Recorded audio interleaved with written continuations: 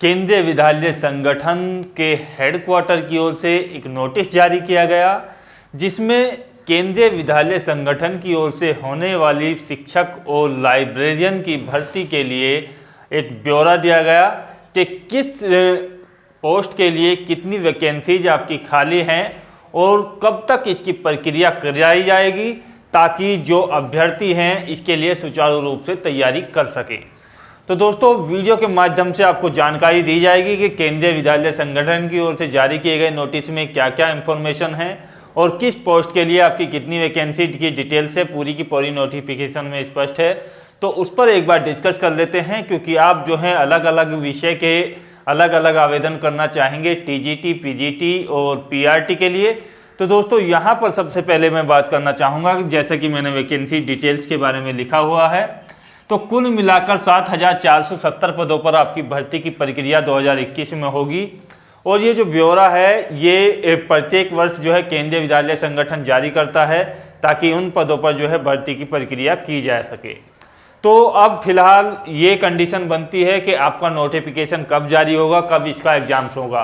तो देखिएगा, स्पष्ट रूप से कहा गया है कि नवंबर तक आपकी जो है नवंबर 2021 तक इन पदों पर नियुक्तियां होनी है।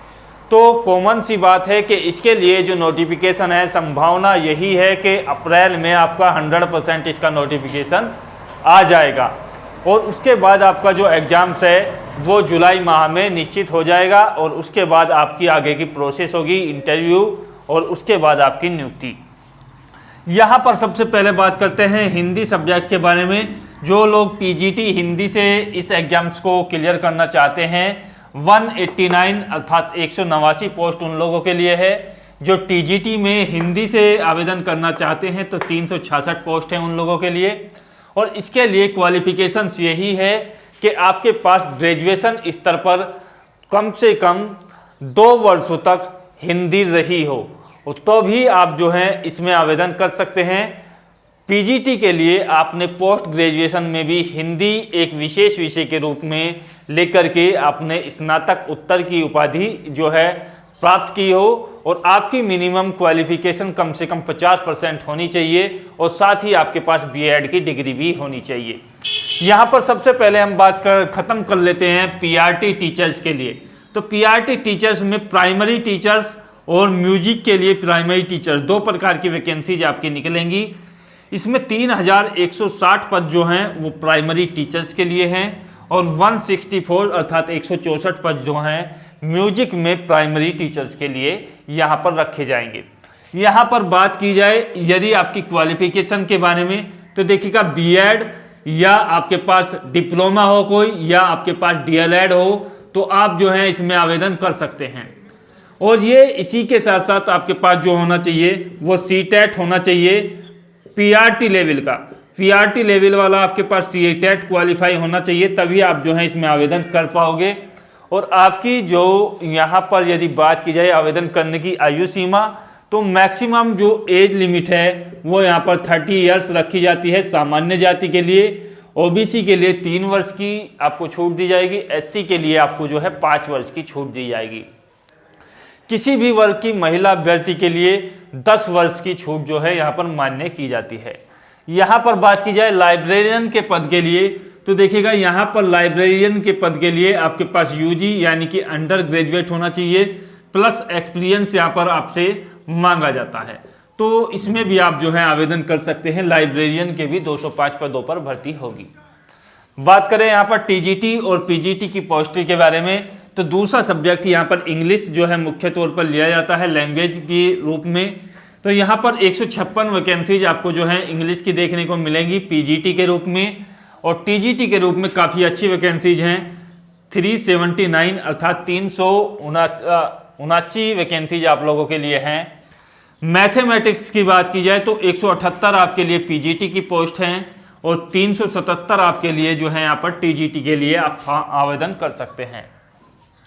देखिएगा, पीजीटी में संस्कृत की वैकेंसीज आपकी नहीं है। संस्कृत की वैकेंसी जो है केवल टीजीटी के लिए रखी गई हैं। तो संस्कृत के जो उम्मीदवार हैं 249 उनके लिए वैकेंसीज हैं, इस पर आप जो है आवेदन कर सकते हैं। यहाँ पर केवल वैकेंसीज आप लोगों के लिए मायने नहीं रखती है कि किस सब्जेक्ट में कितनी वैकेंसीज हैं और कहाँ पर आपको जो है फोकस करना है, ये ज़्यादा आपके लिए मायने रखता है। तो इसकी तैयारी के लिए आपको जो है एक योजना बनानी होगी। बिना योजना के कोई भी लक्ष्य जो है आपका प्राप्त नहीं किया जा सकता है।